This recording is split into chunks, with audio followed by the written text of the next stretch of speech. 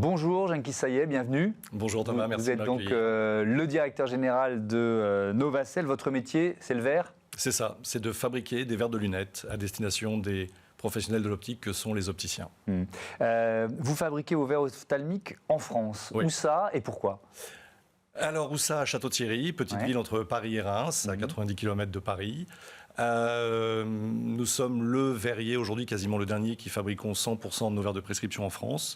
Et pourquoi ? Parce que c'est la vision de notre président fondateur, qui est encore à la tête de l'entreprise à presque 80 ans, qui ne voulait pas désindustrialiser l'Europe et à plus forte raison la France, et ne pas dépendre des marchés lointains. Je pense que l'année dernière, ça a étayé fortement sa vision. Oui, ça a pris une autre résonance, évidemment. Ça veut dire que c'est un savoir-faire qui se perd un petit peu en France ?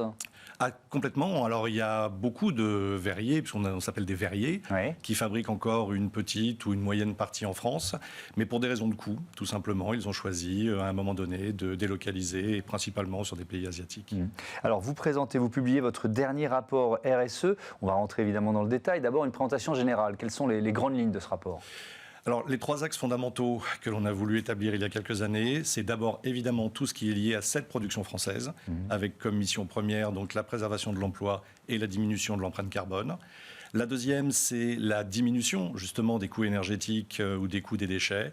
Et le troisième grand pilier, ce sont les gestions humaines, que ce soit en interne ou en externe, nos clients, les patients et nos salariés. Ce sont les trois axes fondamentaux de ce bilan RSE. Et dans ce bilan, vous affichez des progrès sur ces dernières années ? Oui, on est alors sur la partie fabrication en France, on continue à fabriquer tout en France malgré des contextes des fois compliqués, même si ça revient un petit peu d'actualité, entre autres avec l'impact de la Covid l'année dernière.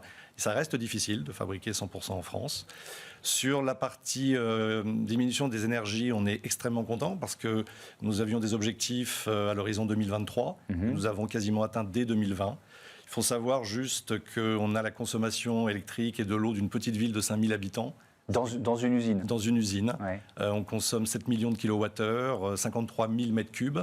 Et donc, on a réussi de diminuer quasiment de 50% la consommation d'eau et de 40% celle de l'électricité. Donc, déjà en 2020. Donc, oui, on est très fiers et très contents de ces résultats. Et avec des objectifs qui continuent à l'horizon 2023, notamment continuer sur le rythme d'une augmentation annuelle du chiffre d'affaires de 10%. Et alors, sur la consommation d'eau et d'électricité, il y a une ambition supplémentaire.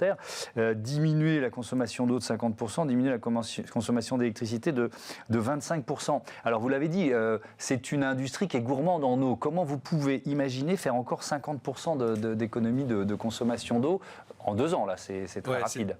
Il y a une méthode assez simple. Déjà, on a fait le plus simple, c'est-à-dire la prise de conscience et les premiers efforts. Ça va toujours très très vite au départ.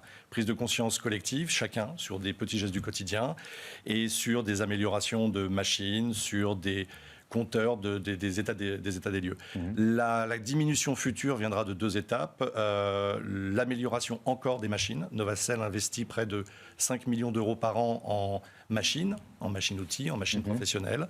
Pour une entreprise qui fait 130 millions, c'est un gros investissement. C'est beaucoup, Et les nouveaux matériaux, les nouvelles technologies qui vont permettre sûrement d'être moins gourmands en eau dans les années qui viennent. Donc ça suppose, vous avez en partie répondu, un budget de recherche et développement aussi pour tenir de tels objectifs. Oui, tout à fait. Donc en recherche et développement sur les machines, ça ce n'est pas dans notre cours, c'est dans la cour des fabricants de machines, qui aujourd'hui sont quasiment tous allemands, ce qui est dommage. Mais dans notre cours aussi, dans les procédés que l'on va mettre en place pour justement fabriquer ces verres. Vous avez entièrement raison. Et pour me rendre compte, parce que vous le disiez, la fabrication de verre, elle est gourmande en eau. En 20 ans, il y a eu des économies gigantesques qui ont pu être faites. En 20 ans, non. Non, c'est plus récent que ça. C'est plus récent. Je pense que tout le monde a pris conscience entre 5 et 10 ans. Nous, cette prise de conscience a eu lieu il y a 5 ans, de la nécessité de faire des efforts au quotidien sur l'eau, mais sur le reste, l'électricité, les déchets. Je pense que si on ne s'aperçoit pas que la planète est en danger et qu'on a des efforts à faire, on n'y arrivera plus.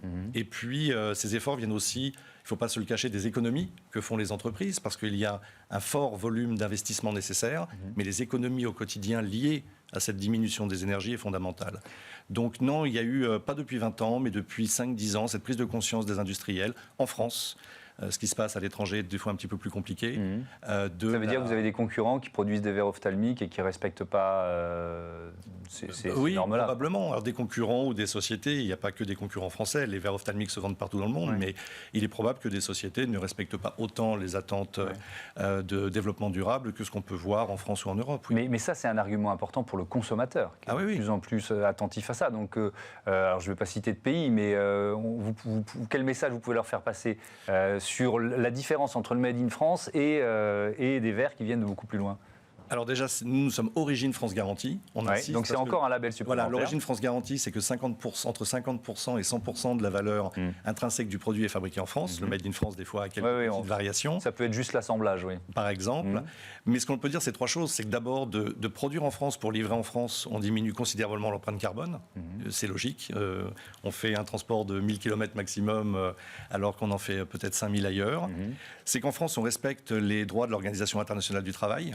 Les 8 piliers fondamentaux, alors je ne m'en souviens pas, mais il y a le travail des enfants, l'esclavage, etc. Ça paraît aberrant en 2021 de parler encore d'esclavage, mais c'est le cas dans certains pays.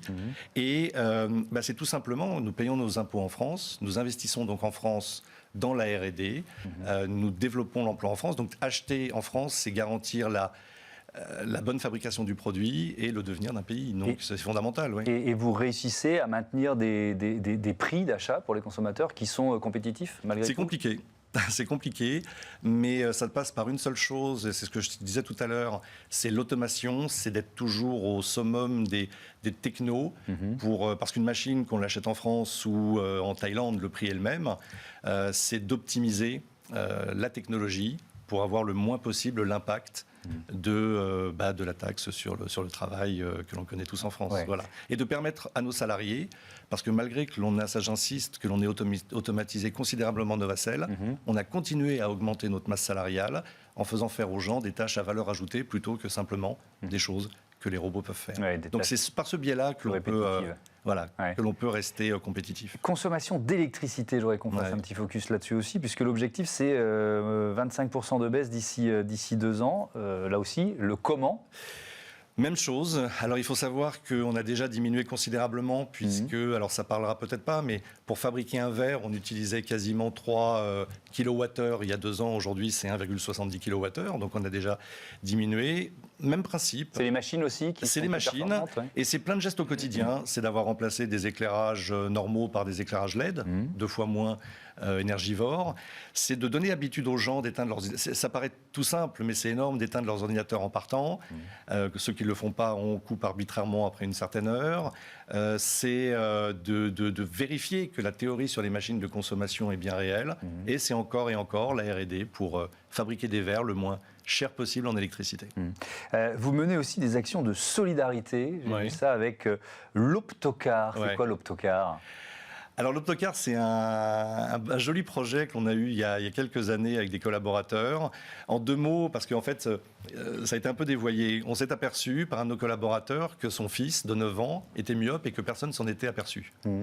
Pour quelqu'un qui travaille dans l'optique, voilà. Les cordonniers, les plus mal chaussés. Et on s'est dit, et on s'est aperçu qu'avec nos enfants, oui, là, le dépistage visuel à l'école se fait peut-être pas comme il se doit. Donc on a dit, on peut aujourd'hui mettre en place des unités mobiles de dépistage visuel qu'on va mettre à disposition des écoles pour aider la médecine scolaire à dépister. Alors il y a eu des soucis parce que la médecine scolaire veut encore, pour le moment, rester sur elle-même. Donc on a un petit peu dérivé vers du dépistage dans des zones un peu orphelines d'OFTA, avec des partenaires opticiens, pour aller en région, gratuitement, dépister les patients qui n'ont pas eu ni la possibilité depuis longtemps, ni tout court de le faire, leur défaut visuel. C'est assez génial. Vous donnez des verres aussi. J'ai lu dans votre bilan 45 000 verres d'optique donnés en 2019. Ça a continué peut-être l'an dernier. On le fait depuis longtemps. On augmente. C'est soit à des écoles pour former les futurs opticiens, soit à des associations qui vont faire du dépistage et du don de montures et de verres dans des pays... en Afrique, en Europe de l'Est. Enfin, c'est pour soutenir ces associations. Donc oui, on trouve normal à ce moment-là de participer à cet effort, soit de formation pour les étudiants, soit d'aider les associations. Merci Jenkins Sayeh. À bientôt sur Bismart. Tout de suite, notre débat sur la compliance, comme disaient les anglo-saxons, la lutte contre la corruption en entreprise.